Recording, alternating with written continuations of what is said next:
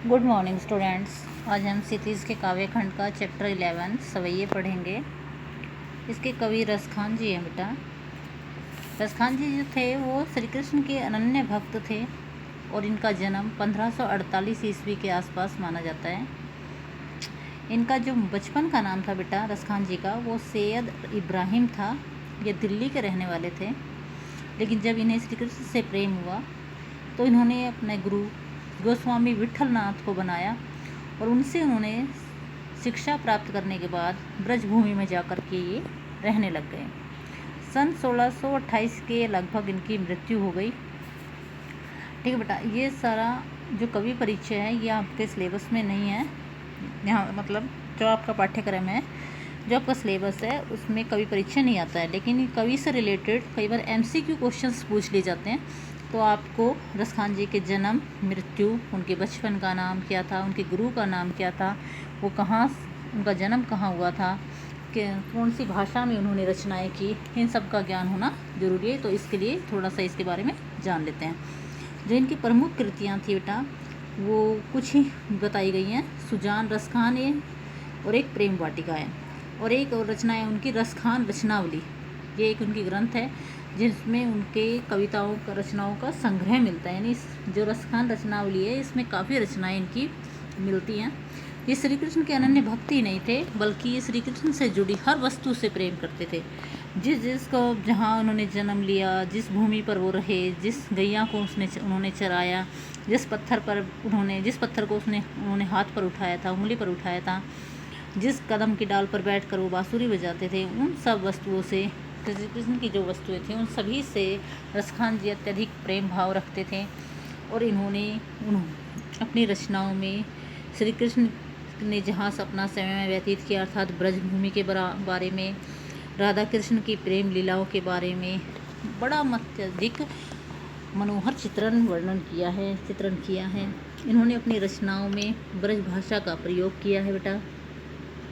पहले इन्होंने जितनी भी रचनाएं हैं, श्री कृष्ण की रचनाएं, जिस भी कवि ने श्री कृष्ण के बारे में लिखा है उन्होंने ब्रज भाषा में ही लिखा है। तो कहीं भी आपको अगर लगे कि श्री कृष्ण के बारे में इसकी कवि बता रहे हैं, उनके बारे में बताया जा रहा है, तो कोई से अगर भाषा पूछी जाए कवि ने किस भाषा का प्रयोग किया, तो वो ब्रज भाषा ही होगी, क्योंकि श्री कृष्ण का वर्णन जो भी मिलता है वो ब्रज भाषा में ही मिलता है। रसखान जी ने श्री कृष्ण का बड़ा मधुर मनोहर चित्रण अपनी रचनाओं में किया है। तो जो सवैया है इसमें भी इन्होंने श्री कृष्ण के बारे में ही बताया है।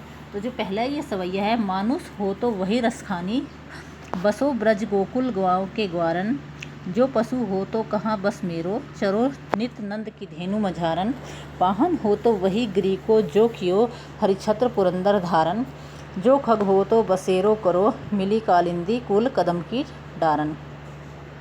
ये पहला सवैया है बेटा। इस सवैये में उन्होंने श्री कृष्ण के प्रति समर्पण भाव को व्यक्त किया है, अर्थात वो श्री कृष्ण की हर वस्तु से प्रेम करते थे और उसी के रूप में वो जन्म लेना चाहते थे, अर्थात अपने जीवन को उसी के रूप में समर्पण करना चाहते थे। तो देखिए, मानुष हो तो, मानुष मीन्स मनुष्य, यदि मैं मनुष्य के रूप में जन्म लूँ, हे ईश्वर यदि मुझे मनुष्य का जन्म मिले तो क्या, रसखान जी कहते हैं, यदि मुझे मनुष्य का जन्म मिले तो मैं वहीं ब्रज भूमि पर मेरा जन्म हो और गोकुल गांव के ग्वालों के बीच में ही मेरा जन्म हो। जो पशु हो तो कहाँ बस मेरो, यदि मैं पशु बनूँ, पशु के रूप में मेरा जन्म हो, तो वही नंद बाबा की धेनु मीन्स गाय, वही गाय बनो जिसे नित्य हर रोज़ क्या करते थे, श्री कृष्ण जी चराते थे। पाहन हो तो, पाहन होता है पत्थर, यदि मैं पत्थर बनूँ तो उसी गिरी का, उसी पहाड़ का बनूँ जिसको हरिछत्र पुरंदर धारण, जिसको इंद्र से बचाने, लोगों को, ग्वालों को इंद्र से बचाने के लिए हरि ने, श्री कृष्ण ने जिस पहाड़ को, जिस पर्वत को अपनी उंगली पर उठाया था उसी पर्वत का पत्थर बनूं। जो खग हो तो बसेरो करो मिली कालिंदी कूद कुल कदम की डारन, और मैं खग में पक्षी, यदि मैं पक्षी बनूं तो मेरा बसेरा, मेरा घोंसला कहाँ हो, उसी कदम के वृक्ष पर हो, जो कहाँ पर है, कालिंदी कूल पर। कालिंदी कौन है, यमुना नदी।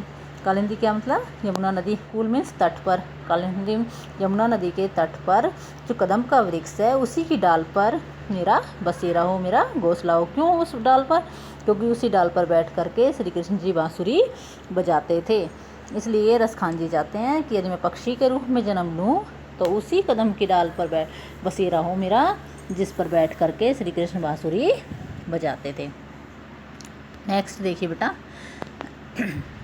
या लकुटी अरु कामरिया पर राज तिहुपुर को तजी डारो, आठू सिद्धि नौ निधि के सुख नंद की गाय चराई विसारो, रस खान कबो इन आखिन सो, ब्रज के बन बाग तड़ाग निहारो, कोटिक एकल घोत के धाम करील के कुंज ऊपर वारो।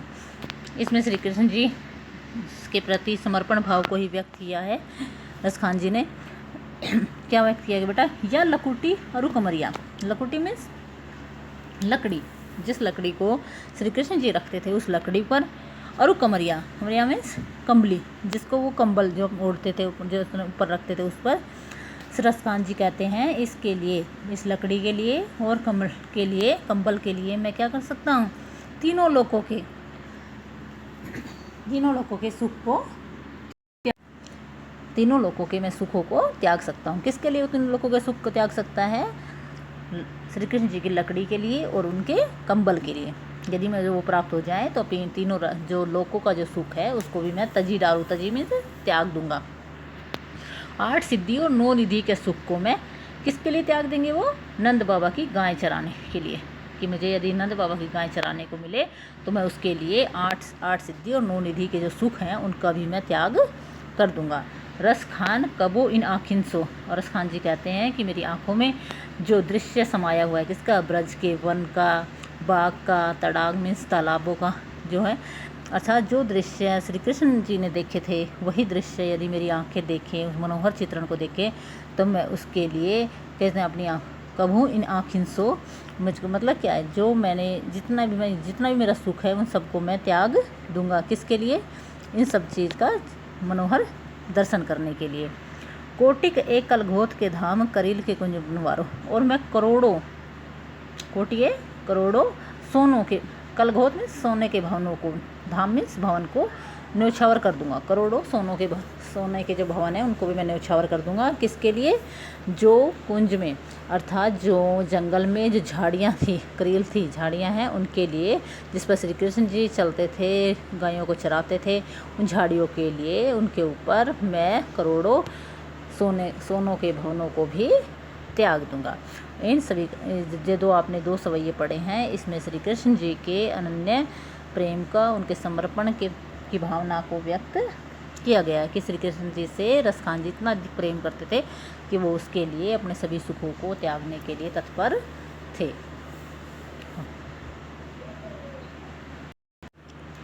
थर्ड देखिए बेटा, मोर पखा सिर ऊपर राखी हूँ, गुंज की माल गरे पहिरूंगी, ओढ़ी पितंबर ले लगोटी, बन गोधन ग्वारिन संग फिरूंगी, भाव तो वो ही मेरो रसखानी, सो तेरे कहे सब स्वांग करूंगी, या मुरलीधर की अधारन धरूंगी।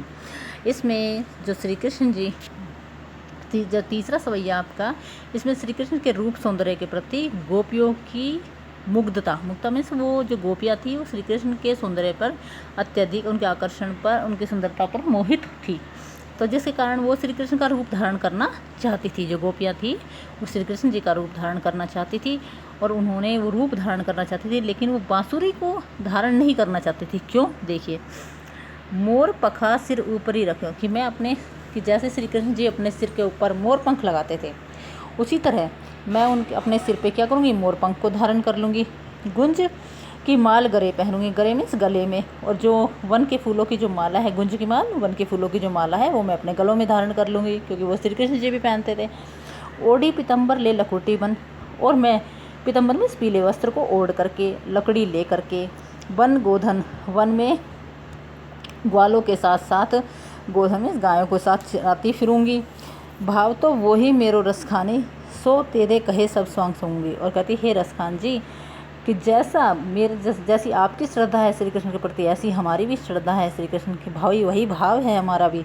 सो तेरे कहे सब स्वांग करूँगी, जैसा तुम कहोगे, जैसा रूप धारण करने के लिए कहोगे श्री कृष्ण का, वो सब स्वांग मीन्स नाटक मैं सब करूँगी। या मुरलीधर की अधरान न धरूँगी, कि जो ये मुरली है, मुरलीधर की में श्री कृष्ण की जो मुरली है, अधरान जो कहाँ रहती थी, क्योंकि जब श्री कृष्ण जी मुरली बजाते तो कहाँ रख के, होठों पे रख के। अधर क्या होते हैं, होठ, होठ पे रखी रहती थी।